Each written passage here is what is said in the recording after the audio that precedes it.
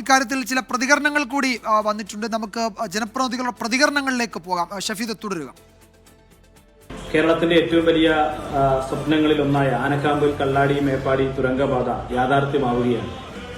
Expert appraisal കമ്മിറ്റിയുടെ ഇന്നലെ minutes പുറത്തു വന്നതോടുകൂടി മെയ് മാസം 14-15 തീയതികളായി നടന്ന ദേശീയ പരിസ്ഥിതി ആഘാത സമിതിയുടെ എക്സ്പെർട്ട് അപ്രൈസൽ കമ്മിറ്റിയുടെ മിനിറ്റ്സ് പുറത്തു വന്നതോടുകൂടി തുരങ്കപാതയിലേക്ക് നമ്മൾ കൂടുതൽ എടുക്കുകയാണ്.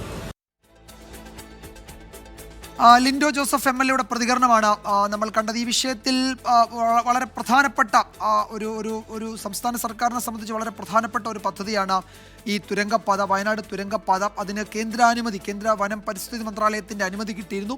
നേരത്തെ ഈ പദ്ധതിയുടെ അനുമതി ആവശ്യപ്പെട്ടുള്ള അപേക്ഷ കേന്ദ്രത്തിനെത്തിയ ഘട്ടത്തിൽ പല പ്രശ്നങ്ങളും കേന്ദ്രം വനം പരിസ്ഥിതി മന്ത്രാലയം ചൂണ്ടിക്കാട്ടിയതാണ്. അതൊക്കെ ഒടുവിൽ പരിഹരിച്ചു.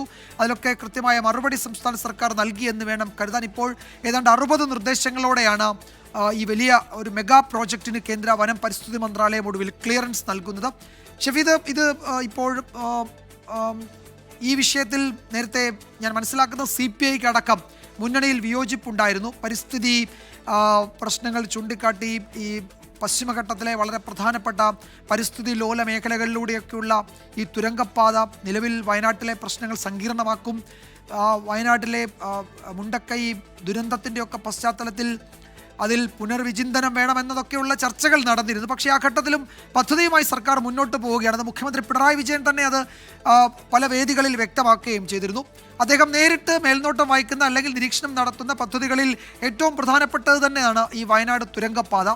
അപ്പോഴത് ഇനി ഇതിന്മേലുള്ള രാഷ്ട്രീയ ചർച്ചകളുടെ സ്വഭാവം അത് ഒരുപക്ഷെ സംസ്ഥാന സർക്കാരിന് കണക്കിലെടുക്കേണ്ടതില്ല എന്നുകൂടി കരുതാമോ ഷഫീദ ഈ ഘട്ടത്തിൽ?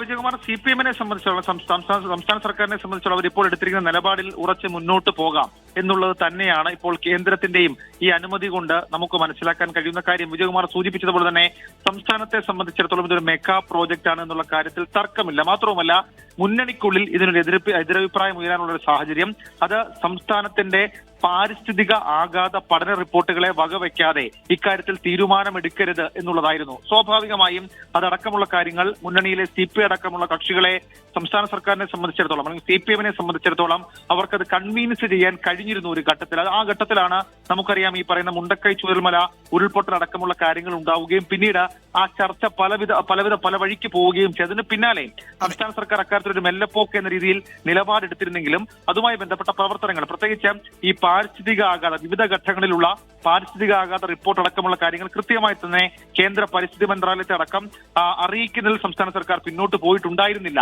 അതുകൂടി ഇതിനകത്തൊരു വലിയ കാര്യമാണ്. മാത്രവുമല്ല, നിലവിൽ ഇപ്പോൾ ഈ 60 നിർദ്ദേശങ്ങൾ 60 ഉപാധി എന്ന് പറയുന്നതിൽ ഈ പാരിസ്ഥിതികം തന്നെയാണ് ഏറ്റവും പ്രധാനപ്പെട്ട പ്രശ്നമായി ചൂണ്ടിക്കാണിക്കുന്നത്. പ്രത്യേകിച്ച് ഈ വൈബ്രേഷൻ, നിർമ്മാണ പ്രവർത്തനങ്ങൾ ഉണ്ടാകുന്ന വൈബ്രേഷൻ, പ്രളയം, ഭൂമിശാസ്ത്രമായ പഠനങ്ങൾ, ഇതൊക്കെ CPI ഒരു ഘട്ടത്തിൽ ഉയർത്തിയ വിഷയങ്ങളാണ്. ഇവയിലുള്ള നിർദ്ദേശം അത് കൃത്യമായി പാലിക്കണം എന്ന് കേന്ദ്രം പറയുമ്പോൾ സംസ്ഥാനത്തെ സംബന്ധിച്ചിടത്തോളം ആ പദ്ധതിയുമായി മുന്നോട്ട് പോകാം. പക്ഷേ ശാസ്ത്രീയമായിട്ടുള്ള പരിശോധനകൾ അത് ഓരോ 6 മാസങ്ങളിലും അത് കേന്ദ്രത്തിന് അയക്കണം, കേന്ദ്രത്തിന് കൃത്യമായി തന്നെ ധരിപ്പിക്കണം എന്നുള്ള നിർദ്ദേശമുണ്ട്. ഏതായാലും സർക്കാരിനെ സംബന്ധിച്ചിടത്തോളം അവരുടെ പ്രകടന പത്രികയിലടക്കം CPM-ന്റെ പ്രകടന പത്രികയിലടക്കം പറഞ്ഞിട്ടുള്ള കാര്യങ്ങൾ അവർ മുന്നോട്ട് പോകുന്നു എന്നുള്ള രാഷ്ട്രീയ രാഷ്ട്രീയ ധ്വനി ഉണ്ടാക്കാൻ ഇതിൽ കൂടി കഴിയും. പ്രത്യേകിച്ച് പുതിയ ഉപതെരഞ്ഞെടുപ്പും തദ്ദേശ തെരഞ്ഞെടുപ്പും വളരെ പ്രധാനപ്പെട്ടത് തന്നെയാണ്.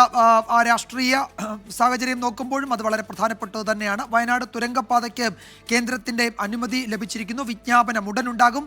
കേന്ദ്ര പരിസ്ഥിതി വന മന്ത്രാലയത്തിന്റെ വിദഗ്ധ സമിതിയാണ് പദ്ധതിക്ക് ഒരു മെഗാ പ്രോജക്റ്റാണ് അതിന് അനുമതി നൽകിയത്. വിശദാംശങ്ങളാണ് ഷഫീദ് റാവുത്തർ തിരുവനന്തപുരത്തു നൽകിയത്.